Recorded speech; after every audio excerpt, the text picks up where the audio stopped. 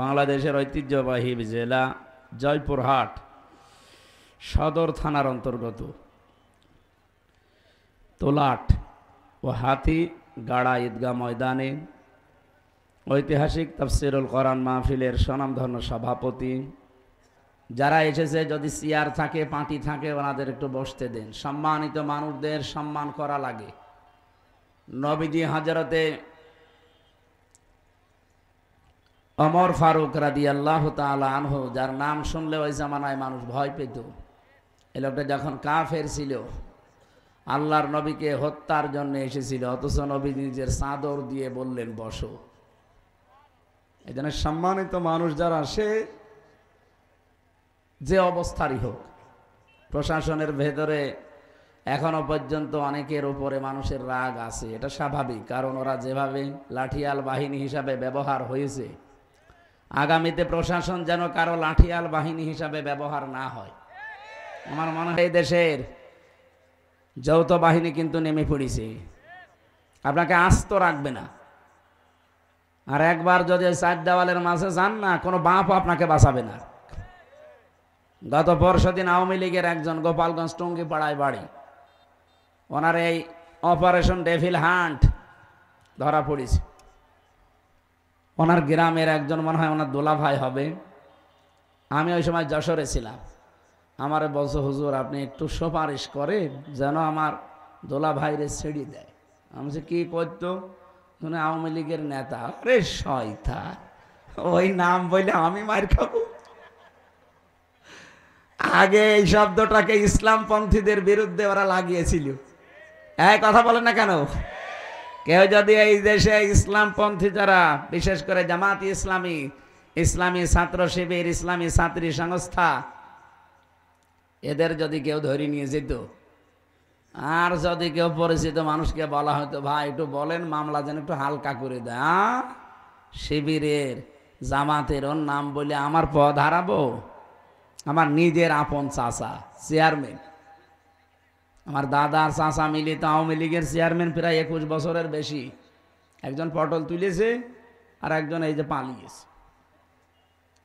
আমি জেলে থাকাকালীন বাবা একবার বলেছিল যে তো নিজের তো একটু তোর ওই হানিফ সাহেবকে বল যেন মামলাটা হালকা করে দেয়, কারণ সবই তো তারা চালাচ্ছে।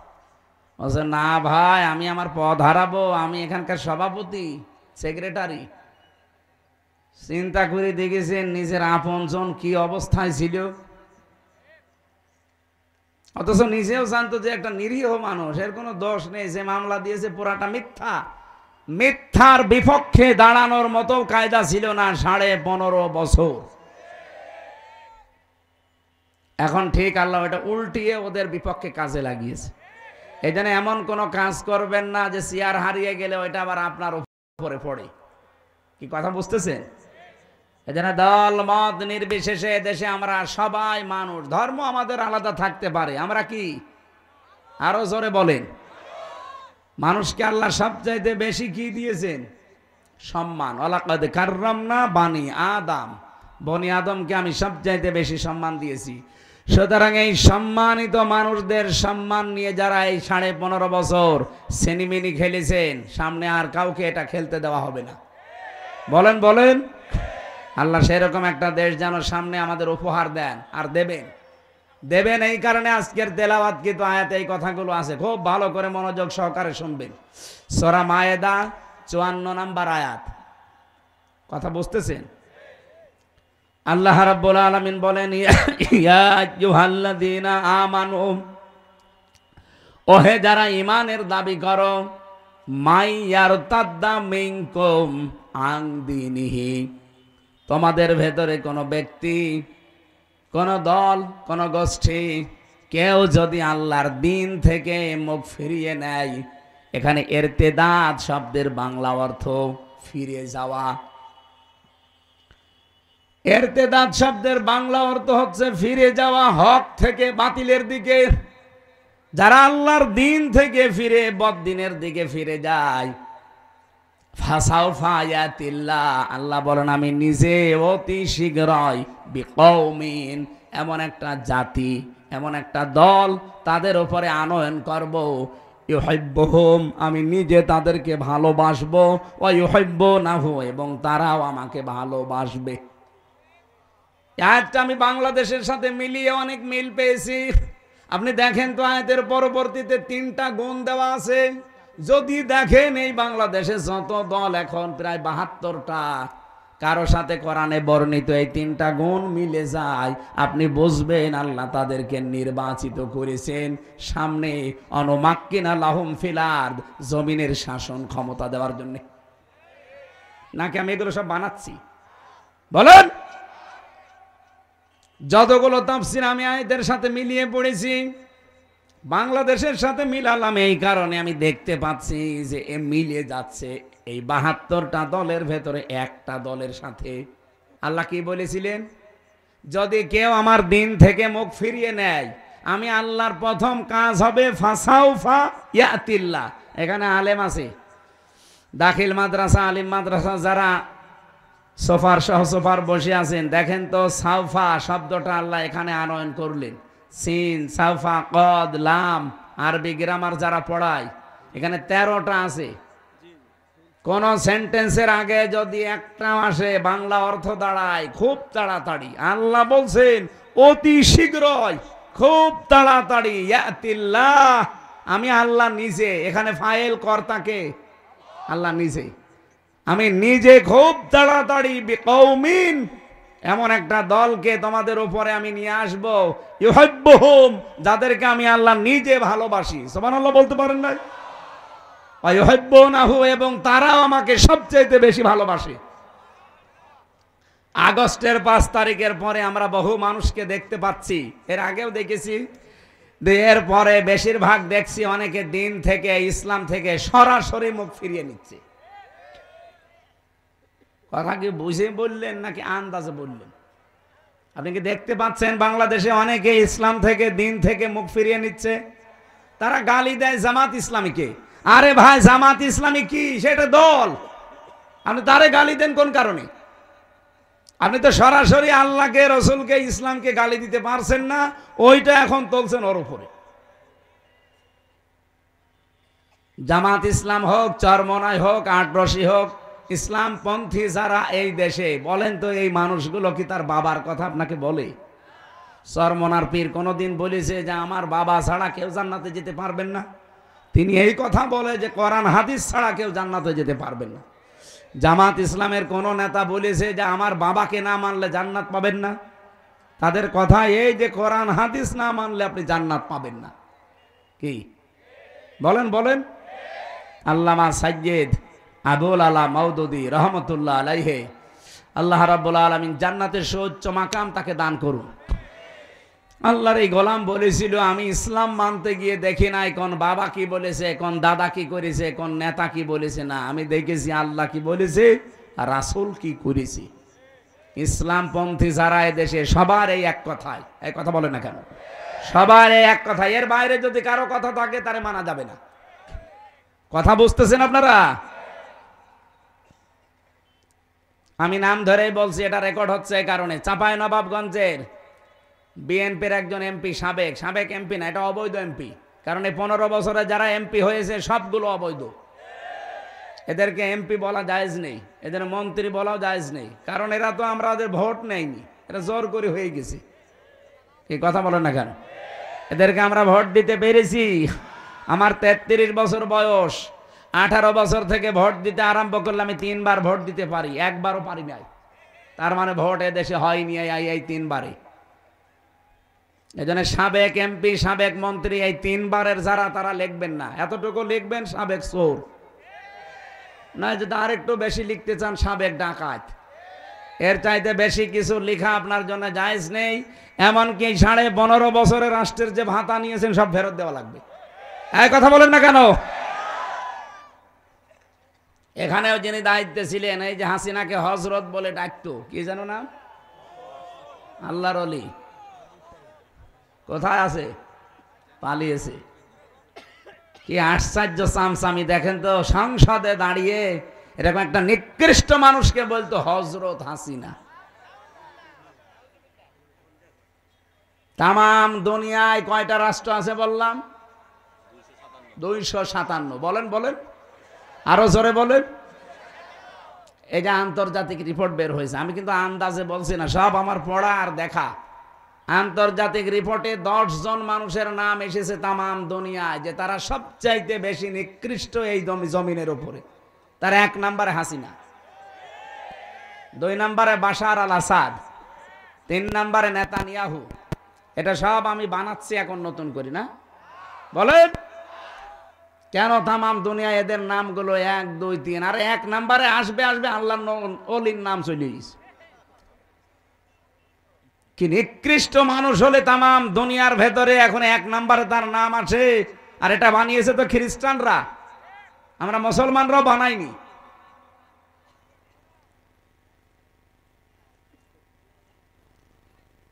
তামাম দুনিয়ায়, শুধু বাংলাদেশে না, তামাম পৃথিবীর ভেতরে একেবারে নিকৃষ্ট মানুষ এখন যত মানুষ দুনিয়া এখন জীবিত আছে তাদের ভেতরে 1 নাম্বার উনি। কি করেছে আপনি চিন্তা করতে পারেন? এটা বের হয়েছে এই যে জাতিসংঘ যে আয়না ঘরের রিপোর্ট দিয়েছে গুমের, এরপরে কি যে ভয়াবহ আশ্চর্য জায়গা এটা। আমি তো মিনিটায় ছিলাম 10 দিন, আর যারা বড়টাই ছিল, বিগটা, এই যে ব্যারিস্টার আমান আজমি ভাই সহ, এই যে হম্মাম কাদের চৌধুরী, সালাউদ্দিন কাদের চৌধুরীর সন্তান, এরা যারা ছিল, এরা যে কত কঠিন। আমি দেখেছিলাম এরকম চেয়ারে বসিয়ে দেয়। আমার আগে একজনকে নিয়েছে, এই চেয়ারে বসিয়ে হাতের সাথে পায়ের সাথে ক্লিপ লাগিয়ে দেয়, এই গলার সাথে একটা লাগিয়ে দেয়, বেড়ি, ওদের একটা কি ফিতা আছে, এটা লাগিয়ে দিলে আপনি আর নড়তে পারবেন না। মুখটা তো কালো কাপড় দিয়ে বেঁধে দেয়, হাত বাঁধা, পা বাঁধা, মাথা বাঁধা, আপনি নড়বেন কি করে? তখন একবার টিপ দেবে সুইচে, চেয়ার আপনার 1 মিনিটে 120 বার ঘুরবে। 1 মিনিটে যদি 120 বার হয়, সেকেন্ডে কয়বার? বলেন বলেন। আপনি চিন্তা করতে পারেন মাথার ভেতরে কত সূক্ষ্ম জিনিস আল্লাহ দিয়েছেন। ফ্রন্টাল লব আছে, অক্সিপিটাল লব আছে, প্যারাইটাল লব আছে, মোটর কর্টেক্স আছে, সেন্সরি কর্টেক্স আছে, কত সেন্সরি জিনিসগুলো আল্লাহ দিয়েছেন মাথার ভেতরে। আর 1 মিনিটে 120 বার পাক দেবে, আপনার মাথা থাকবে? 1 মিনিট পরে মনে হবে আমি 4-5টা দুনিয়া দেখতে পাচ্ছি। হাত তো বাঁধা এভাবে ক্লিপ দিয়ে, এমন একটা মেশিন আছে ওদের কাছে, হাতের সাথে আর পায়ের সাথে লাগিয়ে দেয়, একটা টিপ দেবে, একবারে নখগুলো সব খুলে চলে আসবে। নখ খুলে ফেললেও তো হয়, ওর উপর আবার লবণ ছিটিয়ে দেয়। আপনার বিশ্বাস হচ্ছে না? আমি নিজে তো ফেস করেছি এগুলো। ওই যে পুলিশ দাঁড়িয়ে আছে, জিজ্ঞাসা করে। এই ছিল দেশ। আর বলে আমি কি করেছি যে আমার পালানো লাগলো। আপনার এখনো মনে হচ্ছে না যে কি করেছেন? এদিকে আসেন, আপনাকে রেখে দিই ওখানে। আপনার তো 14 বছর থাকবে না, আপনি খালি 14 দিন থাকবেন ওই মাটির নিচে ঘরে। 14 দিন থাকলে আপনি এমনি মরে যাবেন। কত মানুষকে আমার সামনে দিয়ে লাশ বের করে নিয়ে চলে গেছে, বলে যে ও মরে গেছে। না, মরে নিয়ে চিন্তায় মরে গেছে। এমন কঠিন ভয়ঙ্কর জায়গায় ওরা রেখে দিয়েছিল। আমার মনে একটা ভাঙ্গা ছেড়া মানুষকে 3টা বছর সেলখানায় দিলেও তো হইতো, দিয়েছে ফাঁসির কন্ডেম সেলে, কবর সেলে। শয়তানরা 24 ঘন্টা তালা লাগানো, আবার সিসি ক্যামেরা দেওয়া, কেউ যেন আমার সাথে কথা না বলে। একদিন এক হিন্দু কারারক্ষীরে বললাম যে ভাই, সব সময় তো তালা লাগিয়ে রাখেন, একটু বই দেন, বই পড়ি। ও শয়তান বই নিয়ে এসেছে, বঙ্গবন্ধুর আত্মজীবনী। এটা পড়ে কি করবো? পরের সপ্তাহে বছর হুজুর ভালো বই দেবো, ভালো বই নিয়ে এসেছে বঙ্গবন্ধুর ছেলেবেলা। আরে ভাই, আপনি কি আর বই পান না? কি বই নিয়ে আসেনি? পরের দিন নিয়ে এসেছে বঙ্গবন্ধুর চীন সফর। বছর হুজুর লাইব্রেরিতে এছাড়া আর বই নেই।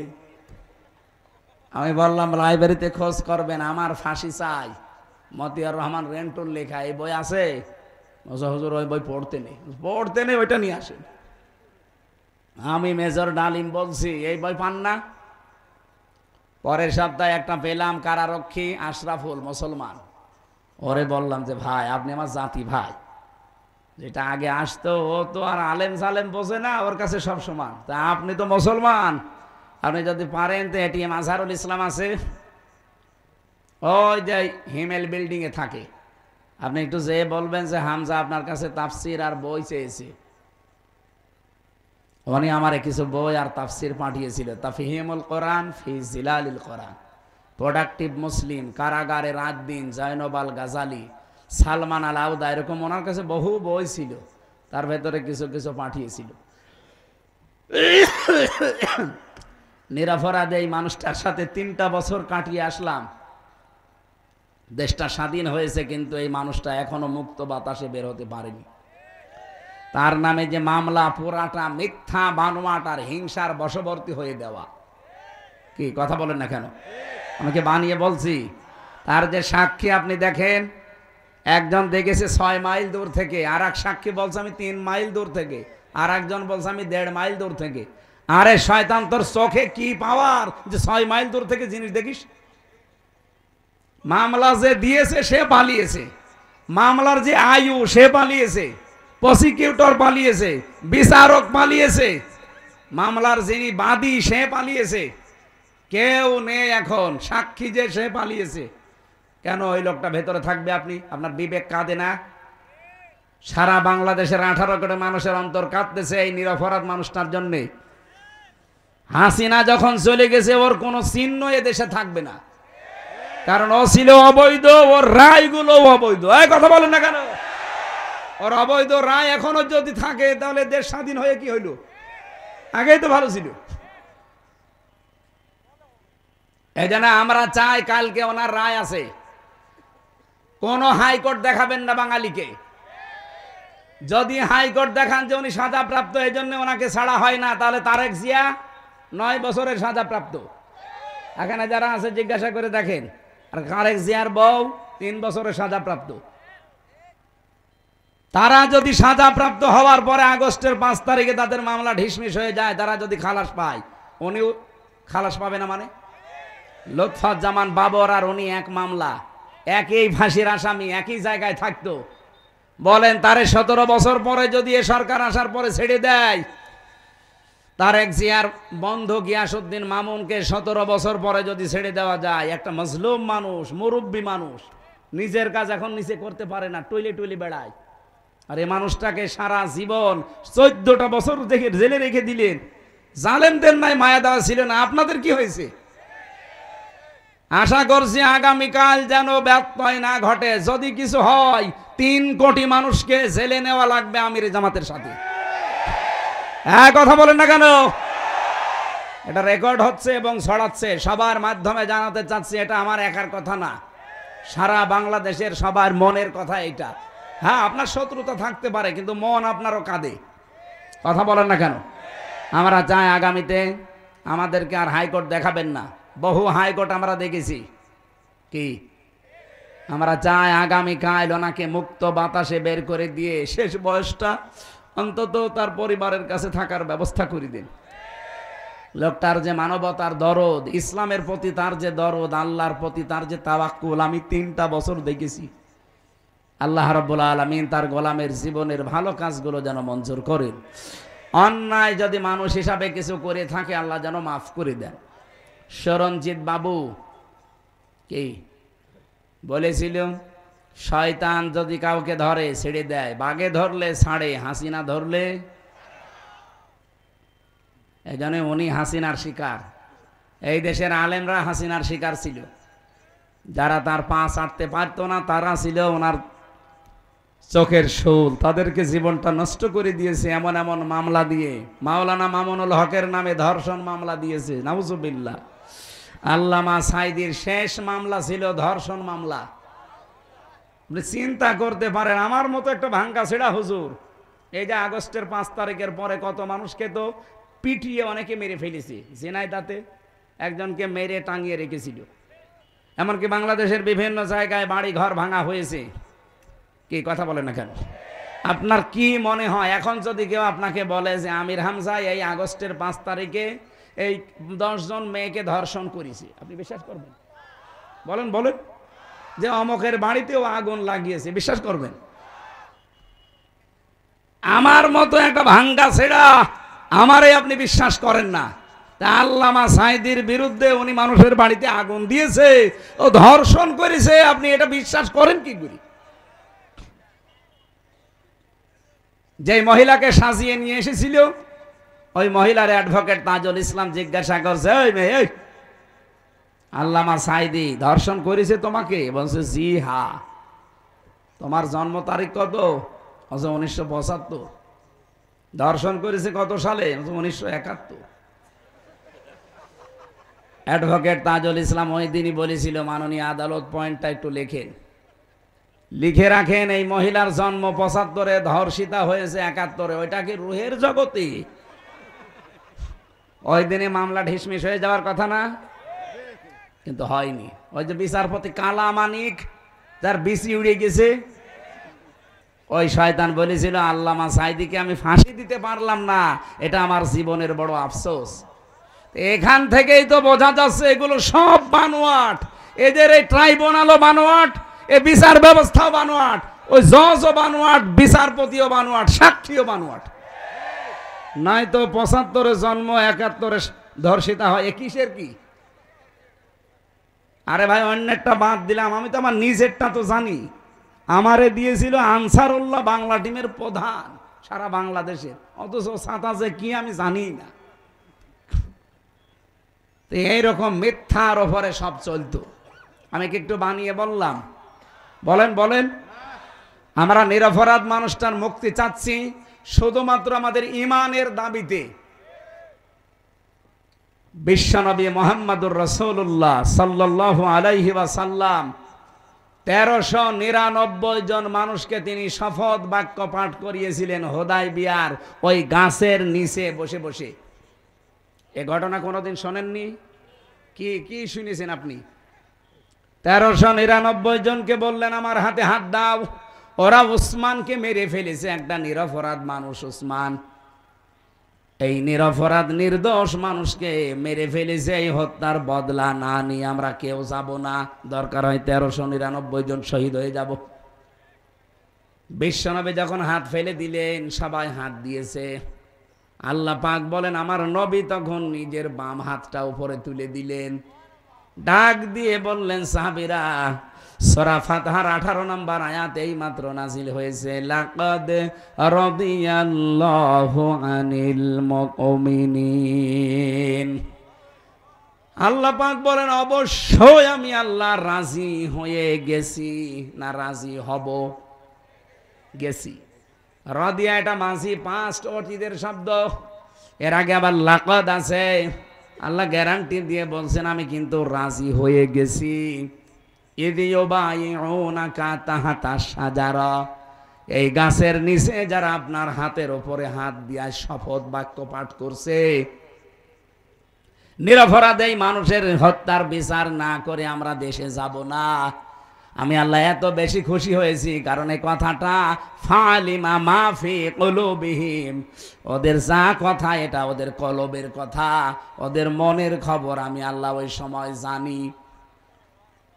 ফানজালাস সাকিনাতা আলাইহিম, আমি আল্লাহ তাদের উপর আমার সাকিনা নাজিল করলাম, প্রশান্তি নাজিল করলাম। ওয়াসাবাহুম ফাতাহান করিবা, তাদের জন্য একটা নিকটবর্তী বিজয়ের সুসংবাদ দিলাম। ও জয়পুরহাটবাসী, আমি শুধু বলার জন্য বলছি, শোনার জন্য শুনবেন তা না। এখান থেকে শিক্ষা কি? সাহাবায়ে কেরাম ওই দিন 2টা ফরজ লঙ্ঘন করেছিলেন, একটা রোজা আর একটা হজ। নবীজি বললেন ইহরামের কাপড় খুলে ফেলো, পরবর্তীতে হজ আবার করে নেব। রোজা রেখেছো, রোজা ভেঙে ফেলো, আবার রোজা করে দেব। কিন্তু আজ নিরপরাধ মানুষকে ওরা মেরে ফেলেছে, এই নির্দোষ মানুষের হত্যার বিচার না করে মদিনায় যাব না। এত নরম মনের নবী আজ গরম হয়ে গেছে। ডাক্তার শফিকুর রহমানের মতো মানুষও নরম মানুষ, হঠাৎ গরম হয়ে গেছে। এই কথা বলেন না কেন? আলটিমেটাম কালকে শেষ, কালকে শেষ। কালকে যদি সত্যিই নিরপরাধ মানুষটাকে আপনি মুক্তি না দেন, 3 কোটি মানুষকে বাংলাদেশে জেলে দেওয়া লাগবে। প্রস্তুতি নেন। কোথায় পাবেন জেলখানা? বাংলাদেশে যতগুলো জেল আছে সবচাইতে বেশি যদি মানুষ আটকিয়ে রাখেন 1,10,000 মানুষ আটবে, এরপর আসবে না। আপনি 3 কোটি মানুষ রাখবেন কোথায়? সুতরাং দেশটা যেন অশান্ত না হয়ে যায়, এই ছোট্ট বিষয়টাকে বড় করে না দেখে তাড়াতাড়ি কালকে ওনারে মুক্ত বাতাসে ফিরিয়ে দেন। হ্যাঁ, কথা বলেন না কেন? নবীজি যখন বাম হাত দিলেন, সাহাবী জিজ্ঞাসা করলেন, হে নবী, বাম হাতটা কিসের? আল্লাহর নবী বললেন, আজকের এই শপথ অনুষ্ঠানে আমার আল্লাহ রাজি হয়ে গেছে এই 1399 জন সবার উপরে। আমার ওসমান এখানে নেই, ওসমানের ওপরও আল্লাহ তো রাজি হওয়া লাগবে, এই জন্য বাম হাতটা তুলে দিলাম, এটা আমার ওসমানের হাত। বাংলাদেশে 18 কোটি মানুষ কিন্তু রাস্তায় অলরেডি নেমে পড়েছিল এই বিক্ষোভ মিছিলে। আপনি দল মত ওখানে পাননি। আমি তো কুষ্টিয়ায় দেখলাম লক্ষ লক্ষ মানুষ রাস্তায়, এখানে দল মত নেই, সবাই আল্লাহর কোরআনের আয়াত বিশ্বাস করে এই নিরপরাধ মানুষটার মুক্তির জন্য রাস্তায় নেমেছিল।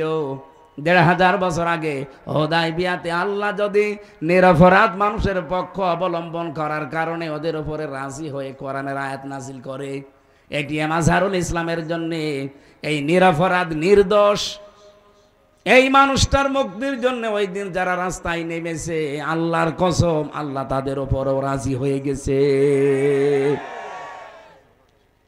আমি কথা বোঝাতে পেরেছি? সত্যি কথা বলছি আমি, কিন্তু দলীয় মনোভাব নিয়ে না, আমি কোরআনের আয়াতের সাথে মিলিয়ে বললাম। ওনারা একটা নিরপরাধ মানুষের পক্ষে থাকার কারণে যদি আল্লাহ রাজি হয়ে যায়, আমরাও তো এই নিরপরাধ মানুষটার পক্ষে আছি। আপনি নিজেই বুঝতে পারছেন, সে হাসিনার জিঘাংসার শিকার।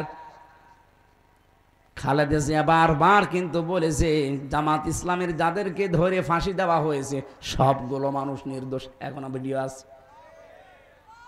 আর আপনি হঠাৎ করে আগস্টের 5 তারিখের পর থেকে কিছু কিছু মানুষ দেখলি ফিরে যাচ্ছে, নাম দিচ্ছে গালি জামাত ইসলামকে। আরে ভাই, জামাতকে তো আপনি গালি দেন না, আপনি তো গালি দেন আল্লাহকে, রসুলকে আর ইসলামকে। বলে ইসলাম নিয়ে নাকি আমরা ধর্ম ব্যবসা করে খাই। আরে শয়তান, সারা জীবনে আমাদের ওই পোশাক আশাক চরিত্র একই আছে। ধর্মের নামে যদি ব্যবসায় দেশে কেউ করে খেতে চায়, যারা শুধু ভোট আসলে টুপি মাথায় দেয় তারা। আজকে লুৎফুজ্জামান বাবরের বক্তব্য শুনেছেন, একটা জনসভা হচ্ছিল। উনি বলছে, আমি জেলখানায় 17 বছরে যাবার পর আমার সাথেও ছিল লোকটা 2 মাস। আমি যে ইমান এনেছি, আমার মতো ইমান আমার মনে হয় দেশের সবাইকে জেলে দেওয়া দরকার, তাহলে আমার মতো এরকম শক্ত ইমানদার হবে। আসলেও তাই। যারা আজ ফটর ফটর করছে, এই যে চাঁপাইনবাবগঞ্জের হারুন আর ওর বউ, এই 2 জনকে জেলে দেওয়া দরকার ছিল, কারণ এই 15.5 বছরে একদিনের জন্য হাসিনার রোষানলে জানা পড়েনি। বিনা ভোটের এমপি তারাও হয়েছিল।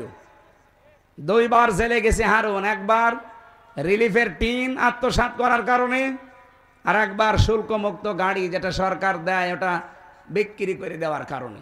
দলীয় কারণে, ইসলামের কারণে, দেশের কারণে একবারও তারা জেলে যায়নি। জেলে গেছে নিজেদের অপরাধের কারণে। আর তারা যদি এখন এই নিরপরাধ মানুষদের বিপক্ষে কথা বলে, এটা মেনে নেওয়া যায় বলেন? কিছু কিছু মানুষের কথাবার্তারা এমন এমন শুনতে পাচ্ছি। এই জন্য যারা দায়িত্বে আছেন বড় বড়, আপনারা মাজলুম মানুষ।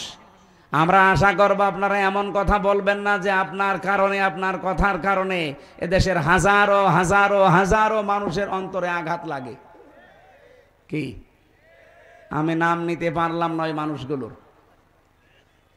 আশা করছি আপনারা পরিবর্তন হবেন।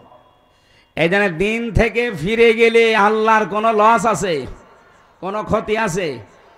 আয়াতটা নাজিল হয়েছিল হযরতে রাসূলুল্লাহর জীবনের ওই সময়ে, যখন কিছু মানুষ দিন থেকে ফিরে চলে যাচ্ছিল, যে রাসূলুল্লাহকে বিপদে ফেলে দেবে, যে আমরা তোমার পেছনে নেই, তোমার এই দিন কি করে চলে আমরা দেখব। আল্লাহ তখন এটা নাজিল করলেন। হযরতে আবু বকর সিদ্দিক রাদিয়াল্লাহু তাআলা আনহু, তিনি ক্ষমতা নেওয়ার পর, তিনি খলিফা হওয়ার পর চারিদিকে আল্লাহর দিন থেকে বেরিয়ে যাওয়ার হিড়িক তৈরি হয়েছিল। বিশেষ করে কিছু ধর্মত্যাগী, এদিকে তাকান, কিছু ধর্মত্যাগী দ্বারা আল্লাহর দিনের গুরুত্বপূর্ণ বিধান যাকাত, এইটা পর্যন্ত দিতে অস্বীকার করেছিল। এটা ইতিহাসে শোনেননি? আবু বকরের সময় এসে তারা আল্লাহর বিধান যাকাত, ওরা বলছে আমরা দেব না। হযরতে আবু বকর ঘোষণা দিয়ে দিলেন, রাসূলুল্লাহর জামানায় যারা যাকাত দিতেন, আমার এই সময় এসে যদি যাকাতের একটা ছাগলের দড়িও দিতে কেউ অস্বীকার করেন, আমি আল্লাহর নবীর সাহাবী আবু বকর একা হলেও তার বিরুদ্ধে যুদ্ধ করব। আজ বাংলাদেশের দিকে আমি মেলালাম এই আয়াতটা, কত মানুষ তো ফিরে চলে যাচ্ছেন রাজনৈতিকভাবে, দলীয়ভাবে, ধর্মীয়ভাবে। যদিও রাজশাহী, খুলনা এই দুইটা বিভাগ এখনো পর্যন্ত এ প্রভাব পড়েনি, অন্যান্য বিভাগে অনেক বেশি পড়ে গেছে ধর্মীয় কায়দায়। হাজারো মানুষকে আমরা দেখছি দিন থেকে তারা ফিরে চলে যাচ্ছে, আর তারা মনে করছে আমরা দিনই মানছি, অথচ ওটা দিন না। বিশেষ করে কুমিল্লা, ব্রাহ্মণবাড়িয়ায় যে আমার তাহেরি ভাই, আমি নাম ধরে বললাম কারণ তারা দিন থেকে মানুষকে দূরে সরিয়ে অন্য জায়গায় নিয়ে চলে যাচ্ছে। ওরা যা করছে আল্লাহর কসম ওটা ইসলাম না। দয়াল বাবা, কেবলা বাবা, ফতে বাবা, শাহ আলী বাবা, কেল্লা বাবা, এ কোনো ইসলাম? বলেন কোন ইসলাম? এরা মানুষকে এভাবে দূরে সরিয়ে নিয়ে চলে যাচ্ছে। বাংলাদেশে শুনে ওনারা না, বহু মানুষ এই 15.5 বছরে বেশি করেছে এগুলো, এখনো ওরা থেমে নেই। এর কাজ হচ্ছে একামতে দিন, কারণ এইটা কায়েম না হলে আপনি সুদ থেকে বাঁচতে পারবেন না, এটা কায়েম না হলে ঘুষ থেকে বাঁচতে পারবেন না। এই কথা বলেন না কেন? এটা কায়েম না হলে আপনি জীবনেও জেনা, ধর্ষণ থেকে বাঁচতে পারবেন না। এই যে চিন্তায় হচ্ছে, প্রশাসন পারছে না কন্ট্রোল করতে, এইটা এনে দেন, প্রশাসনও লাগবে না। মানুষের ভেতরে যখন তৈরি হয়ে যাবে, আমরা ওইটা তৈরি করার জন্য চেষ্টা আছি ভাই। যারাই দায়িত্বে আছেন আপনারাই থাকেন, আপনাদেরকে দিয়ে আমরা কোরআনের এই আয়াতগুলো প্রয়োগ করাবো, দেশটা হয়ে যাবে মিনি জান্নাত। এক কথা বলেন না কেন? যতদিন এটা না আসবে, হাজারো চেষ্টা করলেও আপনি পারবেন না। একদিকে চেষ্টা করবেন, 10 দিকে ভেঙে চলে যাবে।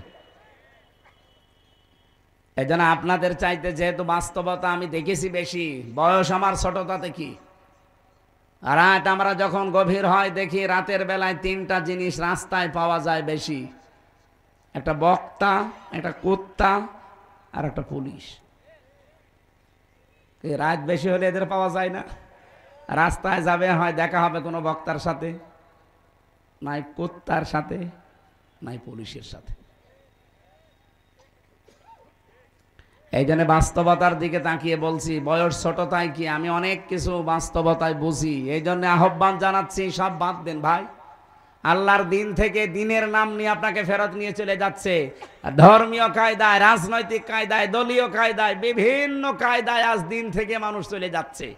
রব্বুল আলামিন ঘোষণা দিয়ে জানিয়েছেন, ওয়াইন তাতাওয়াল্লাউ ইস্তাবদিল কওমান গায়রাকুম সুম্মা লা ইয়াকুনু আমসালাকুম, সূরা মুহাম্মদ। যদি তোমরা মুখ ফিরিয়ে নাও আমার দিন থেকে, আমি আল্লাহ এমন একটা দল তোমাদের উপরে নিয়ে আসব যারা তোমাদের মতো হবে না। তারা আমাকে ভালোবাসবে, আমি নিজেও তাদেরকে ভালোবাসবো। তারা কারা?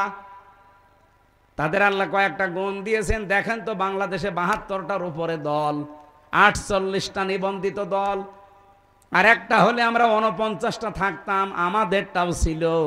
কিন্তু শয়তানরা রাগ করে, হিংসা করে, রাজনৈতিক প্রতিহিংসার কারণে আমাদেরটা আটক করে রেখেছে। আমাদের নিবন্ধন ছিল না, আমাদের মার্কা ছিল না। এই কথা বলেন না কেন? আরে ভাই, সরকার ছিল অবৈধ, রায় দিয়েছিল অবৈধ, আমাদেরটা নিবন্ধন আটকিয়ে রেখেছিল অবৈধভাবে। তার অবৈধ কিছুই থাকার কথা না, কেন এটা আটকিয়ে রাখবেন? কোন, আমি আবার বলছি, কোন হাইকোর্ট আমরা দেখতে চাই না। বাঙালিকে হাইকোর্ট দেখাবেন না, খুব তাড়াতাড়ি আমাদের মার্কার নিবন্ধন ফেরত দেওয়া লাগবে। এটাই আপনারা রাজি আছেন না? দেখেন তো, হাত তোলেনি কে? দেখেন, ওই যে পেছনের ওরা হাত তোলেনি, হাত তোলেন। ওরা তাও তোলেনি, ওরা মনে হয় ওই দলের। ঠিক আছে, সারা দেশ থেকে এভাবে 18 কোটি মানুষ একবারে দাঁড়িয়ে যাওয়া দরকার। আপনি বৈধ জিনিস দেবেন না কেন? এই মার্কা নিয়ে যদি এই আল্লামা দেলাওয়ার হোসাইন সাইদি দাড়ি পাল্লা মার্কা নিয়ে যদি এমপি হতে পারে, সেই মার্কা নিয়ে সামনে সাইদ সাহেব হতে পারবে না? বলেন। আমরা চাই দেশে 300 এমপি হবে সামনে। 151 জন মানুষ জানো ফজলুর রহমান সাইদের মতো বুকে কোরআন নিয়ে সংসদের সামনে যেতে পারে।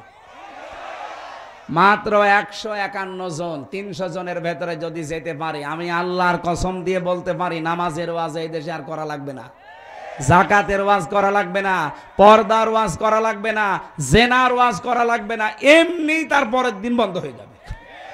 সাইদ সাহেবের মতো 151 জন বলবে মাননীয় স্পিকার আমরা নামাজের বিল চাই, উনি বলবে ঠিক আছে হাত তোলেন কারা কারা চান। 300-র ভেতরে এরকম 151 জন হাত তুললে ওটা পাস হয়ে যাবে।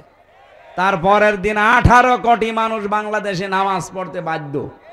বলেন বলেন, আপনি সাইদ সাহেবকে ভোট দিয়েছিলেন মাত্র একটা, উনি যদি ওই জায়গায় কোরআন বুকে নিয়েছে নামাজের বিল আনতে পারে, নামাজ পড়বে মানুষ 18 কোটি। আপনার একটা ভোট দেওয়ার কারণে 18 কোটি মানুষ নামাজের সওয়াব আপনি আমলনামায় পাবেন। এটা রাজনীতি মনে হয় আপনার কাছে? আর আপনি যেটা করেন ওটা তো পুরা দুর্নীতি।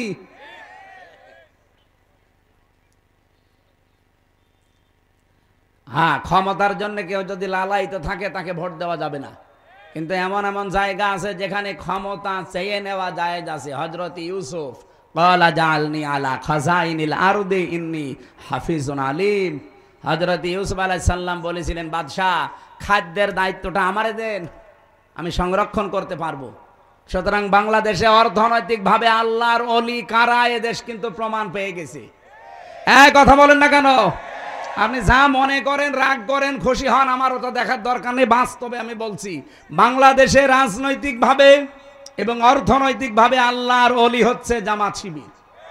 আপনি দেখেন 4 আনা এদিক ওদিক পাবেন না, তার প্রমাণ এখনো ইসলামী ব্যাংক। সুতরাং এরা যে প্রমাণ দিয়ে দিয়েছে যে অর্থনৈতিকভাবে এরা আল্লাহর ওলি, 4 আনা এদিক ওদিক হয় না। এদের 2 জন মন্ত্রী ছিল, এখনো পর্যন্ত তাদের মাটির বাড়ি উপরে টিন। মন্ত্রী মাটির বাড়ি উপরে টিন, 26টা টাকা বেঁচেছিল ওইটা আবার ফেরত দিয়েছে। আর আপনি মন্ত্রী, 620টা বাড়ি আপনার। এই জন্য অর্থনৈতিকভাবে যে কারা আল্লাহর ওলি এটা কি আর প্রমাণ দেওয়া লাগবে? এইরকম মানুষ যদি দায়িত্ব চেয়েও নেয় তাও দেওয়া জায়েজ আছে, কারণ তারা সংরক্ষণ করতে পারবে। কথা বলেন না কেন? আর আমরা চাই এই দেশটা যেন এইভাবে সংরক্ষিত হয়। কেন নামাজের ওয়াজ করা লাগবে দেশে? কেন যাকাতের ওয়াজ করা লাগবে? ও মা বোনেরা পর্দায় থাকো কেন বলা লাগবে? খালি এরকম মানুষগুলো 151 জন একটু পাঠিয়ে দেন, ওয়াজও করা লাগবে না, এমনি মানুষ মেনে নেবে। আইন আমরা তৈরি করতে পারছি না, কারণ এরকম মানুষ আমরা নেই। ওখানে যা আছে আল্লাহর আইনের পক্ষের লোক নেই। এই জন্য আগামী থেকে যেহেতু এরকম একটা সুযোগ আসতেছে, অনেকে দেখছে এখন দিনের দিক থেকে মুখ ফিরিয়ে চলে যাচ্ছে। আল্লাহ বলেন আমি একটা দল নিজে তৈরি করছি, ওই দলের গুণাগুণ যার সাথে মিলবে আপনি সেই দলে যোগ দেবেন। কয়টা গুণ? 3টা। বলেন বলেন, আরো জোরে বলেন। আদিল্লাতিন আলাল মুমিনিন আইজ্জাতিন আলাল কাফিরিন। আল্লাহ বলেন প্রথম গুণ হবে ওই দলের লোকদের, তারা নিজেদের ভেতরে পরস্পর রহম দিল হবে, কমল হৃদয়ের হবে। কোথায়? আমার বাড়ি কুষ্টিয়া। কোথায় বাড়ি? এটিএম আজহারুল ইসলামের বাড়ি রংপুর বদরগঞ্জ। কত দূরের মানুষ আমরা? প্রায় 350 কিলোমিটার দূর। এরপরও আপনি দেখতে পারেন নিজের আপন ভাইকে আমি যতটুকু ভালো না বাসি, তার চাইতে দিনের কারণে, ইমানের কারণে, ইসলামের কারণে আজহারুল ইসলামকে তার চাইতে 100 গুণ বেশি ভালোবাসি। কেন এটা তৈরি হয়েছে? আল্লাহ বলেন আজিল্লাতিন আলাল মুমিনিন, তারা মুমিনদের প্রতি হবে রহম দিল। এটা তৈরি করে দিয়েছে কে? আরো জোরে। আপনি দেখেন একামতে দিনের দায়িত্বে সারা বাংলাদেশে যারা আছে মনে হয় তারা সবাই এক ভাই, অথচ নিজের আপন ভাই ইসলাম মানে না, দিন মানে না, তাকে আমি জানের শত্রু মনে করি শুধু ইসলামের কারণে। এক কথা বলেন না কেন? আদিল্লাতিন আলাল মুমিনিন আইজ্জাতিন আলাল কাফিরিন, কাফেরদের প্রতি তারা হবে কঠোর, ভয়ঙ্কর। আগস্টের 5 তারিখের পরে এই দেশে ইসলামের বিরুদ্ধে কোনো কথা বলার সাহস কেউ দেখালে সবচাইতে বড় কড়াকড়ি ভূমিকা পালন করে দেশের একামতে দিনের কর্মীরা এবং ইসলামপন্থী যারা, তারাই। আপনি দেখেন অন্যদের চাইতে এরা কড়াকড়ি বেশি, কারণ এরা কোরআনের আয়াত মেনে চলে। ইউজাহিদুনা ফি সাবিলিল্লাহ, তারা আল্লাহর রাস্তায় জিহাদ করে। লা ইয়াখাফুনা লাউমাতা লাইম, কোন তিরস্কারকারীর তিরস্কারকে তারা পাত্তা দেয় না। এই জন্য আমির জামাতের ঘোষণা 2 দিন আগে শোনেননি, আপনারা আমাদেরকে চোখ রাঙাবেন না। সমালোচনা করেন, ওয়েলকাম জানাবো, কিন্তু কারো চোখ রাঙানি খাওয়ার জন্য আমরা বড় হইনি। আমরা দিনের কাজ করছি আল্লাহর দিকে তাকিয়ে, কারো তিরস্কারের ভয় আমরা পাই না। কে আমাকে ভালো বলবে, কে আমাকে যুদ্ধ অপরাধী বলবে, দেশ বিরোধী, ওটা আমার দেখার দরকার নেই। আমি কাজ করছি কার জন্যে? বলেন বলেন। এই যে 3টা গুণ বললাম, বলেন 73টা দল এখন বাংলাদেশে, 72টা, কোন দলের ভেতরে এই 3টা গুণ বেশি পাওয়া যায় আপনি বলেন। আল্লাহ বলেন এই মানুষগুলোকে আমি ভালোবাসি, তারাও আমাকে ভালোবাসে। যালিকা ফাদলুল্লাহ, এটা আল্লাহর অনুগ্রহ। ইউতিহি মাইয়াশা, যাকে তাকে আল্লাহ দেয় না, যাকে পছন্দ করে তাকে দেয়। আল্লাহু ওয়াসিউন আলিম, এবং আমি আল্লাহ প্রশস্ত প্রাচুর্যময়। এই আয়াতের পরের আয়াত আল্লাহ 3টা গুণ দিয়েছেন। এদিকে তাকান, আপনাকে আমি কোরআন দিয়ে শোনাচ্ছি, আমার বাবার কথা না। আল্লাহ পাক যেই দলকে নিজে নিয়ে আনবেন বলছেন, ফাসাউফা ইয়াতিল্লাহ বিকৌমিন, আল্লাহ বলেন এমন একটা দলকে আমি নিয়ে আনবো, এই দলকে আমি অনুমাক্কিনা লাহুম ফিল আরদ, জমিনের শাসন ক্ষমতা দেব। কেন দেব জানো? অনুরিয়া ফিরাউনা ও হামানা ও জুনুদাহুমা মিনহুম মা কানু ইয়াহযারুন, আমি ফেরাউনকে, হামানকে আর তার দলের লোকদেরকে, সৈন্যবাহিনীকে দেখাতে চাই তারা সবচাইতে বেশি ভয় যাদেরকে পেত তাদেরকে আমি জমিনের শাসন ক্ষমতা দিয়ে দিয়েছি। এই 54 বছরে এই দেশের জালেমরা সবচাইতে বেশি ভয় পেয়েছে কিন্তু এদেশের একামতে দিনের নেতা কর্মীদেরকে, ওদের সবচাইতে বেশি ভয় এদেরকে। এদেশে আর দল নেই ইসলামী দল, কারো উপরে কিন্তু বাতিলের টার্গেট না, টার্গেট শুধু যারা দিন কায়েম করে তাদের।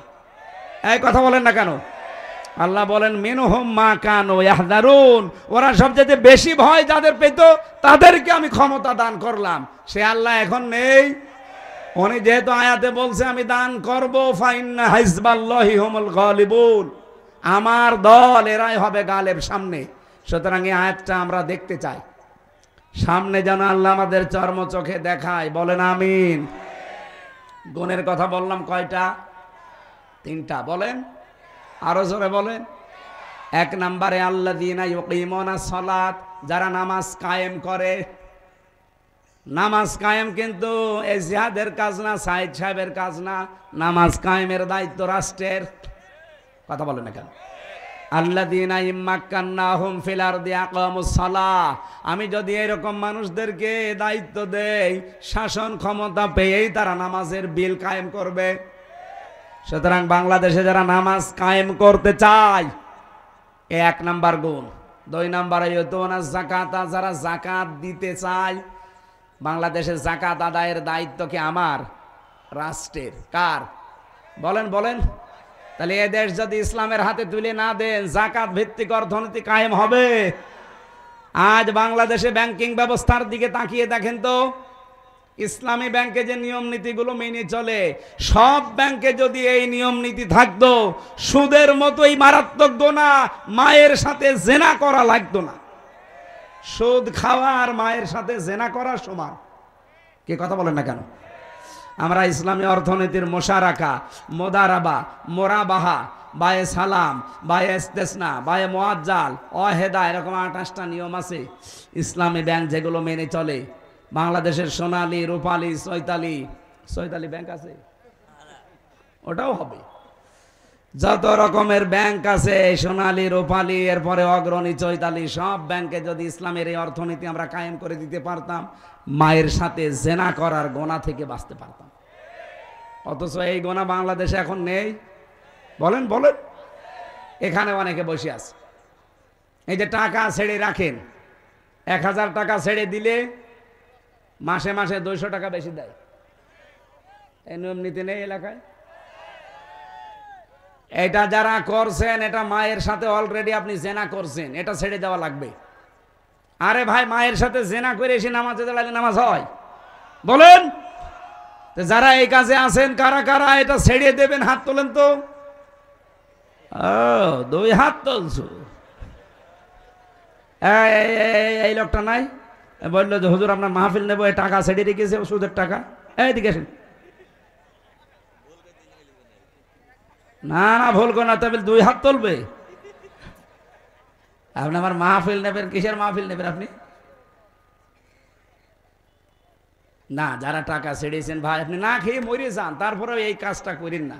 আপনার নামাজ রোজা, এই যে দাড়ি টুপি পাগড়ি সব মাঠে মারা যাচ্ছে। আপনি মায়ের সাথে জেনা করে আসলেন, নাউজুবিল্লাহ।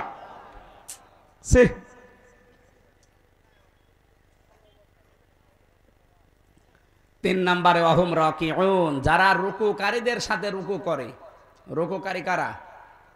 এখানে জামাতবদ্ধ হয়ে নামাজ পড়ার কথা আছে তাফসিরে। যারা জামাতে নামাজ আদায় করে, বাংলাদেশে বললাম 72টা দল, আমি নাম ধরে বলছি আপনাদের বোঝার জন্য, রেকর্ড হচ্ছে, সারা দুনিয়া যাচ্ছে।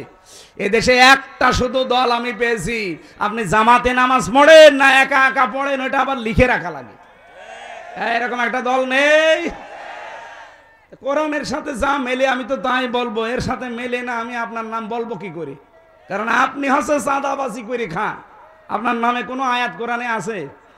আছে, আপনার বিপক্ষে আছে। কথা বলবেন না কেন? হুজুর আমার বিপক্ষে যেন বলবেন না, তাই আপনার পক্ষে বলার মতো কোনো কথা তো পাই না, কারণ আপনার বউ চলে বেপরদায়।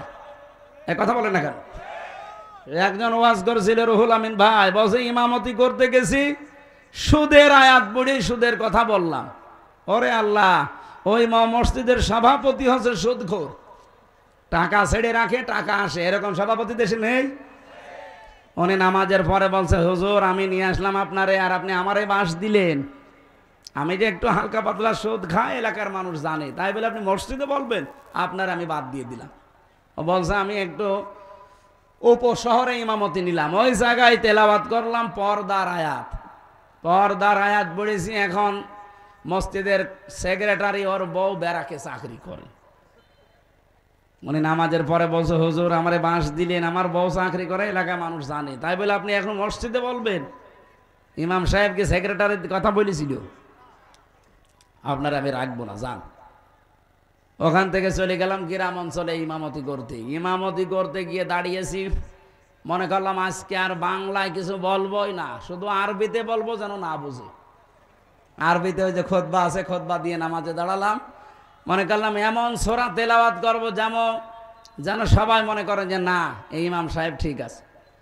কানে হাত দিয়ে যেহেতু তেলাওয়াত আরম্ভ করেছি নামাজে, সূরা ফাতিহা শেষ, তেলাওয়াত করলাম সূরা ইয়াসিন। ইয়াসিন আল কোরআনিল হাকিম। বেশ ভালোই চলছিল। নামাজ শেষ হওয়ার পরে ক্যাশিয়ার ডাক দিয়ে বলছে, হুজুর আমি মসজিদের ক্যাশিয়ার, টাকা আমি আপনাকে দেব। অথচ প্রথম দিন এসে আপনি কি করলেন? মসজিদের সভাপতির নাম ইয়াসিন, আর ওর বাপ মরে গেছে, নাম হাকিম। আপনি প্রথম দিনই বাপ বেটার নামে সূরা পড়ে দিলেন। আমি যে ক্যাশিয়ার, আমার নামে কোনো সূরা নেই। আগামী সপ্তাহে যদি আপনি আমার নামে সূরা না পড়েন, আপনার আমি রাখবো না। চিন্তা করছে, শহরে গেল ইমামতি, উপশহরে গেল, গ্রামেও চলে যাবে, কি করি, সূরা কোথায় পাই? মনে মনে একটা সূরা বানালাম। সামনের সপ্তাহে নামাজ পড়ালাম সূরা ফাতিহার পরে ওই সূরা দিয়ে। সূরা ফাতিহা শেষ, এবার তেলাওয়াত করা আরম্ভ করলাম। কারণ ওই ক্যাশিয়ারের নাম হচ্ছে বাবর। বাবর নামে কোনো সূরা আছে? টান দিলাম, ইয়া আইয়ুহাল বাবর আনতা কালবন ও আবুহু খিনজির ও জাদ্দুকা হিমার ফাইন্নাহুম লাজাহিলুন। টান যখন দিয়েছে, মনে করছে সূরা মনে হয় ঠিকই পড়ছে। তেলাওয়াত শেষ হয়ে গেলে নামাজের পরে বলছে, হুজুর খুব সুন্দর হয়েছে, আমার নাম কি সুন্দর করে বললেন, ইয়া আইয়ুহাল বাবর। তা আপনি এই সূরার অর্থ বলেন। ইমাম সাহেব বলছে, এর বাংলা অর্থ হচ্ছে, হে বাবর নিশ্চয় তুই কুকুর। তোর বাবা হচ্ছে শুকর, তোর দাদা গাধা, তোর 14 বংশ মূর্খ। একটা সূরা হইল। আপনাকে এত কিছু নাম ধরে বলার পরেও যদি বলেন না, আমার নামে কিছু পড়ে না, তে আমি আপনার নামে পাবো কোথায়? আপনি এমন দল করেন যে দলে নামাজ লিখে রাখা লাগা তো দূরের কথা, নামাজই পড়া লাগে না। কিন্তু আমি এমন দলের কথা বলছি যে দলে নামাজ পড়বেন একা না জামাতে, ওইটাও লেখা লাগে, আবার পরের মাসে দেখানো লাগে যে এই দেখেন আমি নামাজ জামাতে পড়েছি এই কয়েক। তো যদি সত্যি আপনার জামাতে নামাজ না থাকে আপনাকে থেট দেওয়া হবে, আগামী মাসে সংশোধন হবে। এই কথা বলছেন না কেন? এটা একটা বিশ্ববিদ্যালয়ের মতো। কোরআনের আয়াতের সাথে তিনটা, আমি তিনটাই মিলিয়ে ফেললাম। কারণ নামাজ কায়েমের আন্দোলন করে দেশে একটা মানুষ, যাকাত ভিত্তিক অর্থনীতি কায়েমে করার জন্য চেষ্টা চালায় একটা দল, জামাতের সহিত নামাজ আদায় করার জন্য উদ্বুদ্ধ করে একটা দল। তা আমি আপনার নাম পাবো কোথায়? আল্লাহ পাক বলেন এইভাবে যে মানুষগুলো তিনটা গুণ অর্জন করবে, আমি আল্লাহ তাদেরকে নিজে পছন্দ করে তোদের উপরে নিয়ে আসবো, তাদেরকে আমি আল্লাহ এদেশের ক্ষমতা দেব। আল্লাহ যেহেতু বলছে, এটা মিথ্যা হওয়ার সম্ভাবনা বলেন বলেন। এই জন্য দিন দিন ইসলামের জোয়ার কিন্তু তৈরি হয়ে গেছে অলরেডি। আমরা আগস্টের 5 তারিখের আগে দেখতাম এই দেশে মানুষ 100 জনের 15 জন বলতো আমরা ইসলাম চাই। আর এখন এই যে ফেব্রুয়ারির 18 তারিখ, আজকে তো 24 তারিখ, 18 তারিখ একটা জরিপ পেয়েছিলাম, এদেশের 100 জনের 66 জন মানুষ বলছে আমরা এদেশে ইসলাম কায়েম চাই। আপনি আর কিছুদিন চাইতে দেন, 6 মাস 10 দিন 15 দিনের ব্যবধানে যদি এই পরিবর্তন হয়ে যায়, আর 6 মাস যেতে দেন, এদেশের 100 জনের 100 জন মানুষ বলবে আমরা এদেশে ইসলাম চাই। এই জন্য অনেক মুনাফিকের মাথা খারাপ হয়ে গেছে, বলছেন না আমরা কিচ্ছু চাই না, নির্বাচন চাই। আরে ভাই নির্বাচন তো চাবেন, 100 জনের 90 জন এখনো পর্যন্ত ওই জালেমদের দোসররা দায়িত্বে আছে। তো এগুলো পরিবর্তন করা লাগবে না? এসপি সাহেব আসতেছে। আপনাদের জেলার সর্বোচ্চ দায়িত্বশীল আমাদের অভিভাবক এই জয়পুরহাট জেলার শ্রদ্ধাভাজন এসপি স্যার জনাব আব্দুল ওয়াহাব, আল্লাহর নামে নাম, আল্লাহ রাব্বুল আলামিন তার গোলামকে সঠিকভাবে জেলার দায়িত্ব যেন পালন, ইবাদত হিসাবে পালন করার তৌফিক দেন। আমিন। একটা চেয়ার দিন। সুবহানাল্লাহ, আলহামদুলিল্লাহ,